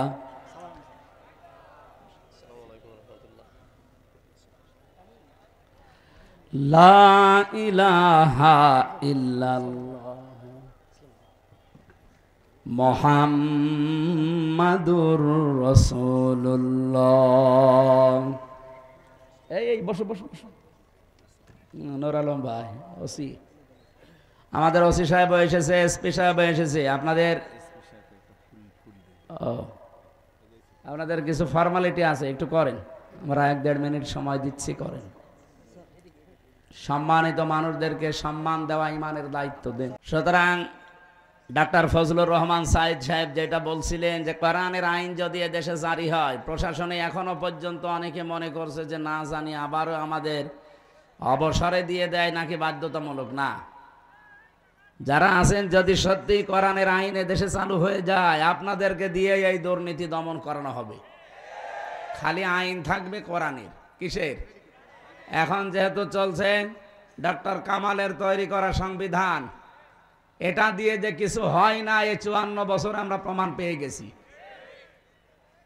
এই সংবিধান মেনে বাংলাদেশে যা হচ্ছে এই 54 বছরে দেখেন, চোর জেলে যায়, ডাকাত হয়, ডাকাত জেলে যায়, খুনি হয়, গাঁজাখোরকে জেলে দেয় পুলিশে, ও ভেতরে যে গাঁজার গাছ লাগায়। আমি নিজে পেয়েছি, আমি যে জেলে ছিলাম 3টা বছর, আমার নিচতলায় একজন ছিল আসামি, এই যে এই বয়সের গাঁজাখোর, ও ভেতরে বোতলের মুখ কেটে মাটি দিয়ে ওর ভেতরে টব বানিয়ে গাঁজার গাছ লাগিয়েছে। জেলার তো হিন্দু মানুষ দেবদুলাল এসে বলছে, এই বেটা তুই গাঁজার গাছ বীজ পেলি কোথায়? বলছে স্যার আমি ওই যে মামলার হাজিরা দিতে গিয়েছিলাম কোর্টে, আর আমারও তো অনেক বন্ধু বান্ধব আছে, তারা আসার সময় 1 পোটলা গাঁজা দিয়েছিল বীজ, ওইটা আমি এই মুখের ভেতরে রেখে দিয়েছিলাম, এরপরে আমার মেশিনে ধরতে পারে নাই, ওইটা নিয়ে এসে লাগিয়েছি আজ 2 মাস আগে। আপনি দেখেন গাঁজার গাছ কত বড় বড় হয়েছে। জেলারে বলছে শয়তান, ধরে পুলিশ গাঁজা খাওয়ার কারণে ধরে জেলে দিল, আর তুই এর ভেতরে এসে গাঁজার গাছ লাগালি, ধরে তো এখন স্বর্গে দেওয়া লাগবে। ডাক্তার কামালের তৈরি করা সংবিধান দিয়ে গাঁজাখোর ভালো হবে না, আরো গাঁজার গাছ লাগাবে। এক কথা বলেন না কেন? সত্যি যদি এ দেশে সব মুক্ত করতে চান এইটা লাগবে। এখানে আল্লাহ ৭৩টা ধারা দিয়েছেন সূরা ফুরকানের ভেতরে।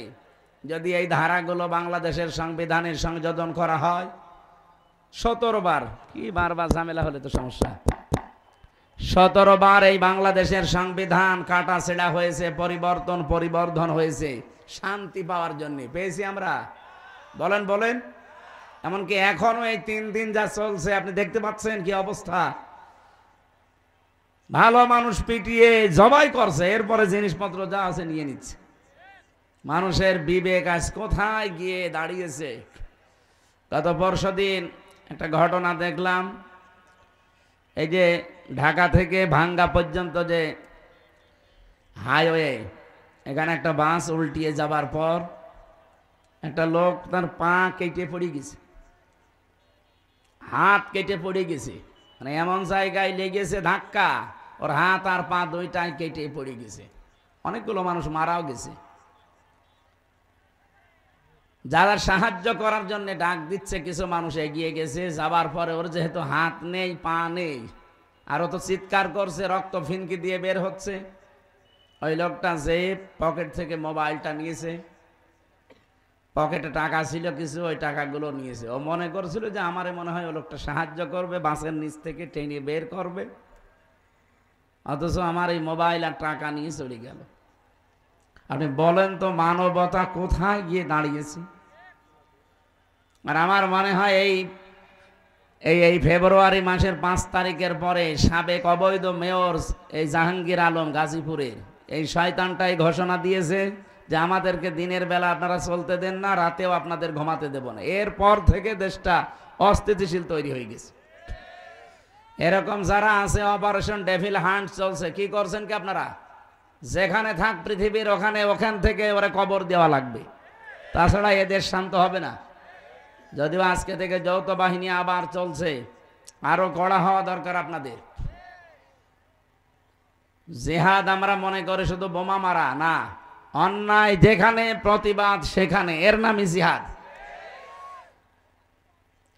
এজন্য প্রশাসনের ভাইরা যারা এসেছেন, আপনাদের অনেকের মন খারাপ থাকে এখনো যে না এত কিছু করি। হ্যাঁ, ওদের কষ্ট আছে ভাই, ২৪ ঘন্টা ওদের ডিউটি পালন করা লাগে। কারণ আমার নিজের দোলা ভাই, আমার বাবাও তো ছিল, উনি আর চাকরি করে নাই, তো দোলা ভাইটা এখনো আছে। ওদের যে কাজ আমি দেখি, ওদের 7 ঘন্টা 8 ঘন্টা ডিউটি বলে কিছু নেই, ওদের ২৪ ঘন্টায় ডিউটি। প্রশাসনে যারা আছে এদের ডিউটি কয় ঘন্টা? ২৪ ঘন্টায়। টয়লেটে বসে আছে, যদি বাঁশিতে পড়ে ও অর্ধেক করে দৌড় দেওয়া লাগবে, এমন একটা দায়িত্ব। এই জন্য প্রশাসনে যারা আছেন, যে বিভাগেই হোক, যদি বিডিআর বলেন, আর্মি বলেন, পুলিশ বলেন, যে বাহিনীতে আপনারা আছেন, শুধু চাকরি মনে করবেন না, এটা একটা ইবাদত। কারণ 2 প্রকার চোখকে আল্লাহ জাহান্নামের আগুনে দেবে না। এক প্রকার যারা আল্লাহর ভয় কাঁদে, 2 প্রকার যারা মানবতার জন্য রাত জেগে পাহারা দেয়। আজকে ওরা থানায় বসে থাকলে এতগুলো মানুষ আপনারা এক জায়গায়, যদি একটা অঘটন ঘটে যায়, কন্ট্রোল করার জন্য এই প্রশাসন এসেছে। ধন্যবাদ জানাচ্ছি তাদেরকে। দল মত নির্বিশেষে, বিশেষ করে আয়োজনে যারা সম্পৃক্ত, এলাকার মানুষকে নিয়ে বিশাল কোরআনের অনুষ্ঠানে যারা আঞ্জাম দিলেন, সবাই আল্লাহর দরবারে শুকরিয়া আদায় করেন নাকি ভগবানের কাছে? হ্যাঁ, আল্লাহর দরবারে বলেন আলহামদুলিল্লাহ। খলাকাল ইনসান আল্লামাহুল বায়ান। আল্লাহ বলেন আমি মানুষ বানিয়েছি আর মানুষের কথা বলা আমি শিখিয়েছি। যদিও আমাদের কথা এই 15.5 বছরে অদৃশ্যভাবে প্রায় বন্ধই করে রেখেছিল। বাক শক্তি দিয়েছেন কে? অথচ আল্লাহর এই বান্দাদের কণ্ঠনালী চেপে ধরেছিল এক প্রকার শক্তি। সেই শক্তিকে আল্লাহ সমলে ধ্বংস করে দিয়েছেন। ফাকতি আদাবিরুল কওমিল্লাযিনা যালামু, জালেমদের শিকড় কাটা হয়ে গেছে। কেটেছে কে? না না, আপনি আলেম, এখানে যারা আলেম আছে জিজ্ঞাসা করেন কতিয়া, এটা মসুল, এর ফাইল বা কর্তা জানা নেই। জালেমদের এই বাড়ি ঘর ভাঙলো কে, ওদের ক্ষমতা থেকে নামাইলো কে, কেউ জানে না। ছাত্র জনতা এটা উসিলা, কে করেছে কেউ জানে না। এই জন্য সারা দেশের দিকে তাকান, জালেমদের বাড়ি ঘর আবার এই ফেব্রুয়ারির 5 তারিখে নতুন করে আর একটা আজাবুল বুলডোজার গেল। কোন আজাব? আজাবুল বুলডোজার। খালি উস্কানি দেবে, এরকম একটা করে আজাব নাজিল হবে। এই জন্য যারা আছেন পালিয়ে অন্তত আর উস্কানি দিয়েন না, যেটুকু আছে এটুকু আবার হারিয়ে যাবে। এক উস্কানিতে 32-33 হয়ে গেছে, এক কথা বলেন না কেন? আবার দেবেন 34 হয়ে যাবে। এই জন্য আশা করছি ওনারা যেন উস্কানি আর না দেয়, আর আমরাও পাগলের মতো উস্কানিতে যেন পা না দেই। প্রশাসন কিন্তু এখন আর আগস্টের 5 তারিখের আগে নেই, এখন ফেব্রুয়ারির 24 তারিখ চলছে। কে কথা বলে না কেন? উস্কানিতে পা দিয়ে যদি ওদের গোয়েন্দা নজরে ধরা পড়ে, এমন পিটানো পিটাবে না, পেছনে একেবারে গোপালগঞ্জের মতো লাল হয়ে যাবে। পিটিয়েছিল কিছুদিন আগে, দেখেননি? ওই সময় শুনতাম গোপালগঞ্জ থেকে ঢাকায় আসবে, বসে আসলে 300 টাকা, দাঁড়িয়ে আসলে 1000 টাকা। কিভাবে বসবে কায়দা নেই। এই জন্য আমরা সতর্ক করছি, আগামীতে কারো ফাঁদে যেন কেউ পা না দেয়। 27টা ষড়যন্ত্র অলরেডি এই আগস্টের 5 তারিখের পরে 6.5 মাসে হয়ে গেছে। 27টা চিন্তা করেছিল ওরা, কোন সময় আনসার লিগ দিয়ে, কোন সময় হেলমেট লিগ দিয়ে, কোন সময় রিকশা লিগ দিয়ে, বিভিন্ন কায়দা করতে করতে এই যে এখন এই 2-3 দিন চলছে আর একটা রাখাল রাহানা, কি নাম যেন শয়তানের, আমাদের নবীজিকে গালি দিয়েছে। কি কথা বলে না কেন? এ লোকটার সাহস হয়তো না, ওকে কেউ দিয়ে করাচ্ছে, আর ওকে কে করাচ্ছে আমরা কিন্তু জানি। এই উগ্রপন্থী কিছু দাদা আছে, তারা এখনো পর্যন্ত বিভিন্ন ছদ্মবেশ নিয়ে দেশে আছেন, আমরা তাও জানি। তাদের ফাঁদে পা দিয়ে দেশটাকে আবার অশান্ত করার চেষ্টায় আছেন। বিশ্বের মোড়লদের কাছে দেখাবেন যে বাংলাদেশে দেখেন এই যে জঙ্গি আবার মাথা ছাড়া দিচ্ছে, অথচ এই দেশে যে জঙ্গি নেই তার প্রমাণ আর 7 মাস। এই 7 মাসে একটা জঙ্গি ধরা পড়েছে? কোন জঙ্গি নাটক হয়েছে? হবে কি করে? কারণ জঙ্গির নাটক যে লেখবে সেই তো পালিয়েছে, আর যাদের দিয়ে করাবে তারাও পালিয়েছে। এই জন্য এই দেশে জঙ্গি বলে কিছু নেই।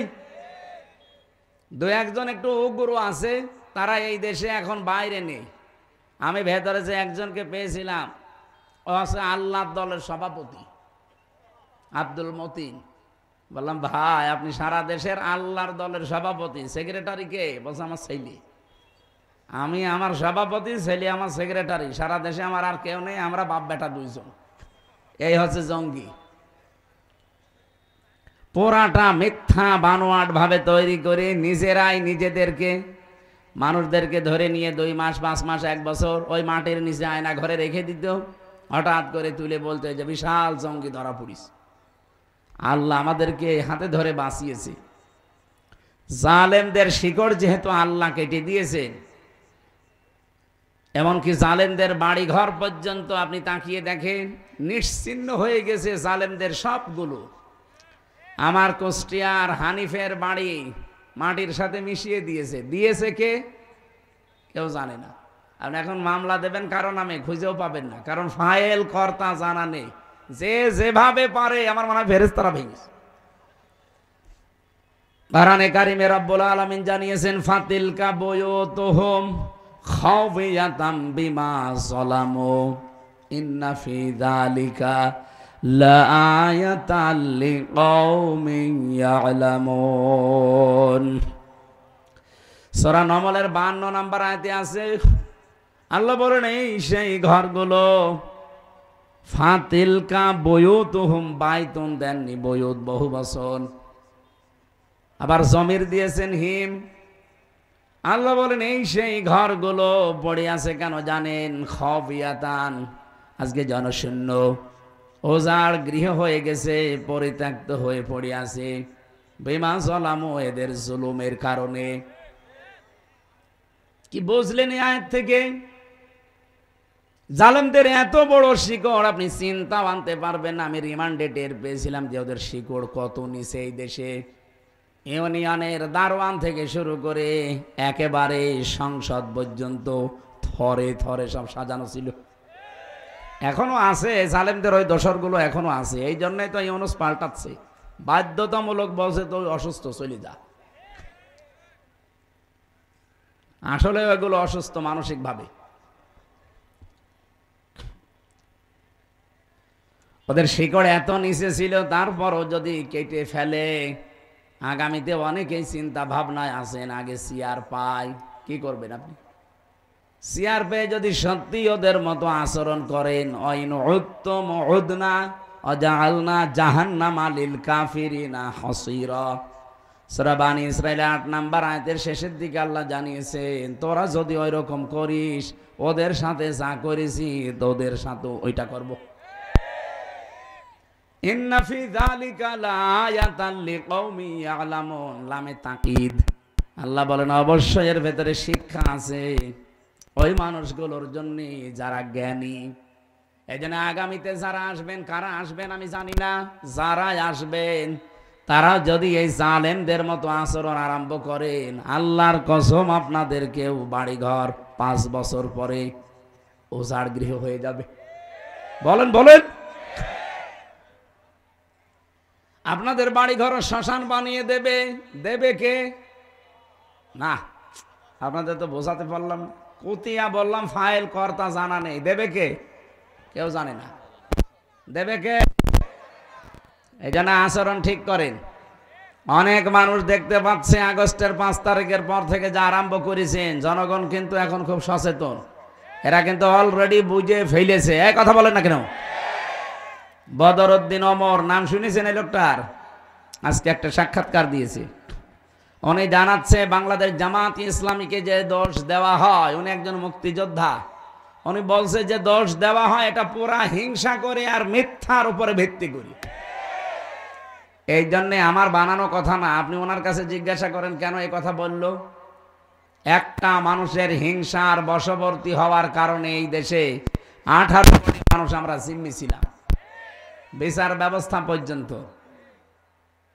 আমি নিজে তো ভিকটিম, নিজে টের পেয়েছি।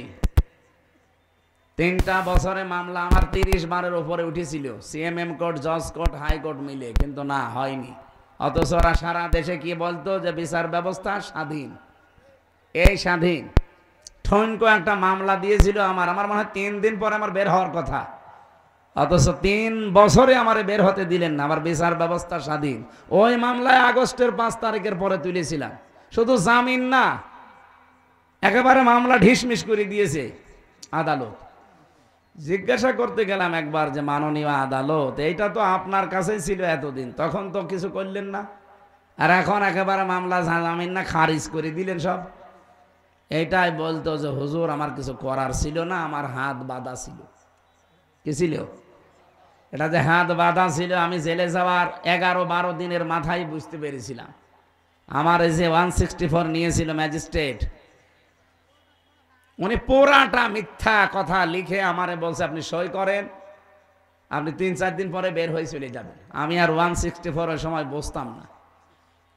পরে দেখি সব রাষ্ট্রের বিরুদ্ধে, আকিস গ্রুপের বিরুদ্ধে, জামাত ইসলামের বিরুদ্ধে লিখেছি, লিখে সই করে নিয়ে ওটা নাকি 164 আমার নিজের জবান বন্দি ওইটা, অথচ একটা কথাও আমার না।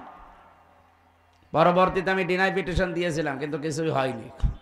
কারণ ওই যে বিচার সব ওদের হাতে। যেহেতু 5 তারিখের পরে ওই জজ সে নিজেই বলছে যে এখন আমার হাত খোলা আছে, আমি এখন অন্তত ন্যায় বিচার করতে পারি। আমিও আপনার মতো জিম্মি ছিলাম। যে ম্যাজিস্ট্রেট আমার এই মিথ্যা কথাগুলো লিখে সই করে নিয়েছিল, আমি জেলে যাওয়ার পরে দেখি ও ভেতরে ঘুরছে। কি গো এখানে? বলছে হুজুর আমার বউ যৌতুক মামলা দিয়েছে। ঠিক করিস শয়তান। বলছে হুজুর আমারে গালি দিয়েন না, বদদোয়া দিয়েন না, দোষ আমার না, আমার হাত বাঁধা ছিল, আমারে যা বলেছে আমি তাই করেছি। এরকম মানুষ দেশে ছিল না? ছিল না?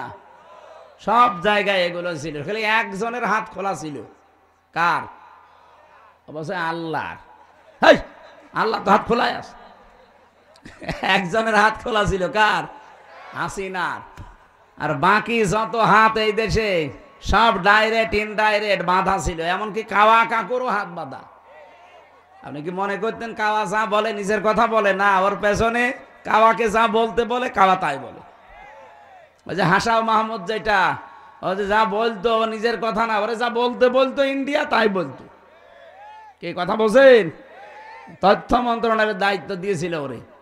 আপনি চিন্তা করতে পারেন, এই যে মাইক্রোসফট রিপোর্ট দিয়েছে কিছুদিন আগে, সারা বিশ্বের 257টা রাষ্ট্র সবচাইতে বেশি মিথ্যা তথ্য প্রচার করে ইন্ডিয়া। তাম দুনিয়ায় 257 রাষ্ট্রের 1 নম্বরে এরা, আর তাদের প্রেসক্রিপশন নিয়ে চলতো এই হাসাও মাহমুদ। এই জন্য ওর কথা 100টার 100টা মিথ্যা। মানুষের তো 100টার 98টা মিথ্যা হয়, ওর 100টার 100টাই মিথ্যা। আজকে যে কোন গর্তে লুকিয়ে আছে জানি না, ভিডিও ছেড়েছে আজকে, দেখেছেন না? কোন জায়গায় আছে আমি জানি না, ওখান থেকে বলছে 21-এর চেতনা আমরা চাই, জয় বাংলা। আরে সামনে এসে বল, অপারেশন ডেভিল হান্ট চলছে শয়তানের খোঁজে, তোর মতো শয়তান খুঁজতেছে। এক কথা বলো না কেন? এই জন্য আমরা চাচ্ছি কারো জবান যেন আর বন্ধ না থাকে, কারণ জবান হাসিনার দেওয়া না, জবান কার দেওয়া? আল্লাহর দেওয়া জবান। আর কেউ যেন সামনে এভাবে চেপে ধরতে না পারে। ওয়ালাকাদ কাররামনা বানি আদম, বনি আদমকে আমি সম্মান দিয়েছি। এদিকে তাকান, আল্লাহ কি বলেছে আমি মুসলমানকে সম্মান দিয়েছি? না, মানুষ যারা তারাই, হিন্দু মানুষ না, বলেন না কেন? এই জন্য হিন্দু ভাইরা এসেলায় যদি থাকেন আশপাশে, আপনারা নিজেদেরকে ছোট মনে করবেন না। আমিরে জামাত ডক্টর শফিকুর রহমান হাফিজাহুল্লাহ, উনি অলরেডি আগস্টের 5 তারিখে কিন্তু ওপেন ঘোষণা দিয়েছেন, এদেশে সংখ্যালঘু সংখ্যা গুরু বলে কিচ্ছু নেই, যা আছি আমরা সব সমান। হ্যাঁ, আমরা 96% মুসলমান, এটা ঠিক আছে। আপনারা 4% তাতে কি? আমার যা অধিকার এই দেশে জন্ম নিয়ে, আপনারও তাই অধিকার। কিন্তু যারা উগ্র, যারা সন্ত্রাসী, যারা নিষিদ্ধ, তাদের অধিকার নেই, কারণ তাদের তো নিষিদ্ধ করেই দিয়েছে রাষ্ট্র। আপনারা নিষিদ্ধ করেছিলেন একটা মাজলুম সংগঠনকে, আল্লাহ নিজে অ্যাকশন নিয়ে 5 দিনের মাথায় আপনাদেরকে নিষিদ্ধ করে দিয়েছে। কথা বলেন না কেন? এই জন্য এটা রেকর্ড হচ্ছে তো, সারা দুনিয়া এখন চলছে। সবাইকে উদ্দেশ্য করে বলছি, আল্লাহ মানুষকে সম্মান দিয়েছেন। নবীজি মসজিদে নববীতে বসে আছেন, একটা লাশ যাচ্ছিল, বিশ্বনবী দাঁড়িয়ে গেলেন। সাহাবীরা বলে হুজুর দাঁড়াবেন না, ওটা ইহুদির লাশ। বিশ্বনবী বলে ইহুদির লাশ, তাতে কি হয়েছে, ও তো আল্লাহর বান্দা। এই জন্য অন্য ধর্মের ভাইরা, আপনারা ইসলামকে কি মনে করেন আমি জানি না, আপনি একটু ইসলামের কাছে আসেন, দেখেন এর সৌন্দর্য কত উন্নত। কয়েকদিন আগে এক বিসিএস ক্যাডার অধ্যাপক, ওনাকে বলেছিলাম, স্যার আপনার ইসলাম ধর্ম গ্রহণ করা লাগবে না, আপনার মুসলমান হওয়া লাগবে না, যদিও আমাদের ধর্মে কোনো বাড়াবাড়ি জোর জবরদস্তি, বলেন না কেন? জোর জবরদস্তি থাকলে দেশে 4% হিন্দু থাকতে পারে? বলেন বলেন, কবে পিটিয়ে মুসলমান বানিয়ে ফেলতাম না? কিন্তু আমাদের ধর্মেই তো এটা নেই যে বাড়াবাড়ি করা, বলেন না কেন? জোর জবরদস্তি কারো উপরে করা, লা ইকরাহা ফিদ্দিন লাকুম দীনুকুম ওয়ালিয়া দীন, যার যার ধর্ম শেষে পালন করবে, কোনো অসুবিধা নেই। ইসলাম যদি সত্যি দেশে আসে, অন্য ধর্মে যারা আছেন তাদেরকে আমরা গ্যারান্টি দিতে পারি, আমিরে জামাত ডক্টর শফিকুর রহমানের এই কথার সূত্র ধরে, যে এই দেশে সবচাইতে বেশি নিরাপদে থাকবে এই সংখ্যালঘু যারা, তারা। যদিও আমরা সংখ্যালঘু তাদেরকে বলি না, সবাই আমরা সমান।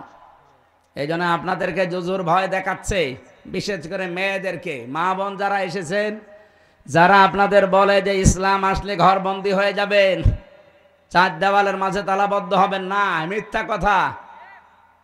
মা বোনদেরকে জান্নাতের যে কাজগুলো আছে, সর্বোত্তম কাজ, আপনার বাড়িতে যে দায়িত্বগুলো আছে, এগুলো পালন করবেন। খাদিজাতুল কুবরার পুরা জীবনী দেখেছি, তাকে আল্লাহ নিজে জান্নাতে ঘর বানিয়ে পাঠিয়েছিলেন, অথচ জীবনে তিনি 1 ওয়াক্ত নামাজ পড়েননি, একটা রোজা রাখেননি, একটা টাকাও দান করেননি, জীবনে একটা সাদগা করেননি, কোনোদিন হজও করেননি, একদিনও পর্দায়ও থাকেননি। কারণ এই বিধানগুলো সব তার ইন্তেকালের পরে নাজিল হয়েছে, কথা বুঝতেছেন? এই জন্য এগুলো তিনি পালন করতে পারেননি, অথচ আল্লাহ নিজে জান্নাতে ঘর বানিয়ে তার জন্য পাঠিয়ে দিয়েছিলেন দুনিয়ায়। সুসংবাদ জানিয়েছেন, একটা মহিলাকে আল্লাহ সালাম দিয়েছেন, তার নাম খাদিজাতুল কুবরা রাদিয়াল্লাহু তাআলা আনহা। আমি তার পুরা জীবনীতে এইটাই পেয়েছি, আল্লাহ রাব্বুল আলামিন সালাম দেওয়া, জান্নাতে ঘর তৈরি করে পাঠিয়ে দেওয়া সুসংবাদ একটা কারণে, তিনি তার স্বামীর পেছনে সব উজাড় করে দিয়েছিলেন। আজ হাজারো পরিবারে স্ত্রীর ছোট মনের কারণে অনেক সন্তান, আমরা যারা স্বামী আছি, মানসিক রোগী হয়ে যাচ্ছে। আমি নিজে স্বামী, এখানে যত স্বামী বসে আছে প্রত্যেক স্বামীর পক্ষ থেকে আমি বলতে পারি, পৃথিবীতে এমন কোন স্বামী নেই যে বিয়ের পরে আমার মা বাবা আলাদা হয়ে যাক এটা আমরা চাই, বলেন? 100টার 98টা পরিবারে আমরা বাধ্য হই। এই কথা বলেন না কেন? মা বাবাকে হয় আলাদা করে দেয়, নাই বাড়ি থেকে তাড়িয়ে দেয়, নাই বৃদ্ধাশ্রমে রেখে আসে, অথবা আর এক ভাইয়ের আন্ডারে দিয়ে দেয়। এরকম বহু মামলা ওসি সাহেবদেরকে থানাতে হ্যান্ডেলিং করা লাগছে। না, এগুলো আমাদের চরিত্র সংশোধন হওয়ার জন্য যাদের সাপোর্ট লাগবে তারা আমাদের স্ত্রী। সম্মানিত মা বোনেরা, আমি আবার বলছি, শ্বশুর শাশুড়িকে যতদিন পর্যন্ত নিজের মা বাবার মতো মনে না করবে ততদিন জীবনও স্বামীর মন পাবেন না। হ্যাঁ, উপরে উপর আপনাকে আমি ভালোবাসতে পারি, কিন্তু আমি মানসিক রোগী হয়ে যাব আপনার কারণে। এরকম সমস্যা দেশে নেই? বলেন বলেন। আপনার স্বামী যদি দিনের কাজে থাকে, মানবতার কাজে থাকে, খাদিজাতুল কুবরার মতো পেছন দরজা দিয়ে সাহায্য করবেন, যতটুকু সমর্থ আছে উৎসাহ দেবেন। কিয়ামতে খাদিজাতুল কুবরার সাথে আপনি জান্নাতে একই সাথে থাকতে পারবেন। আল্লাহ মেয়েদেরকে খাদিজার মতো হওয়ার তৌফিক দেন, বলেন আমিন। দ্বিতীয় নম্বরে বোনদের, মেয়েদের, এই দুই জায়গায় মানুষ এসে একটু ঝামেলা বাঁধায়। এরা জমি জায়গা এদের দিতে চায় না। এরকম বহু মামলা ওনাদের কাছে যাচ্ছে এই জমি জায়গা সংক্রান্ত। বোনের জমি আর ফুফুর জমি, মেয়ের জমি দিতে চান না কোন কারণে? অন্যের জমি যদি মেরে দেন একটা গুনাহ হবে, আর বোনের জমি, ফুফুর জমি, মেয়ের জমি মেরে দিলে ডবল গুনাহ হবে। একটা আত্মীয়কে ফাঁকি দেওয়া আর একটা শরীক ফাঁকি দেওয়া। এই কথা বুঝতেছে? কারণ এই নির্দেশটা আল্লাহ নিজে দিয়েছেন, ইউসিকুমুল্লাহু ফি আওলাদিকুম লিয-যাকারি মিসলু হাজ্জিল উনসায়াইন। হে পৃথিবীর মানুষেরা, আমি আল্লাহর নির্দেশ, এক মেয়ে যা পাবে, দুই মেয়ে যা পাবে, এক ছেলে তাই পাবে। এই নির্দেশ কার? তো বহু নামাজি মানুষ দেখি না, এটা মানতে চান না। হজে যাওয়ার আগে পর্যন্ত আপনি চিটারি করেন, ছেলের নামে ভালো ভালো সম্পদ, দোকানদার সব দিয়ে দেন, আর হজে যাওয়ার আগে বলে, মেয়ে তোর মা তোর জন্য আমি দোয়া করে দিলাম। এটা একটা টাটকা নির্ভেজাল শয়তান। আবার হজে যাচ্ছে, তুই দোয়া তো করবি, ওরে ফাঁকি দিলি কেন? আগে ওর জমি ফেরত দে, এরপরে দোয়া কর।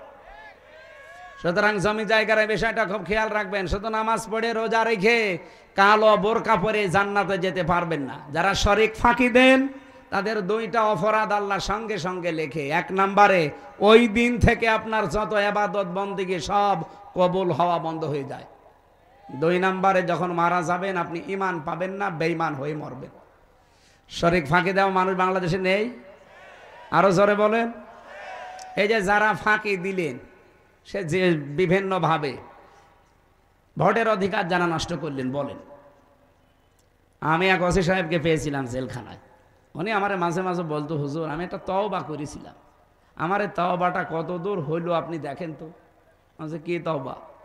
বলছে, নির্বাচনে আমি বাইরে ছিলাম, এই যে ভোট গেল, এই ভোটে আমি বাইরে ছিলাম।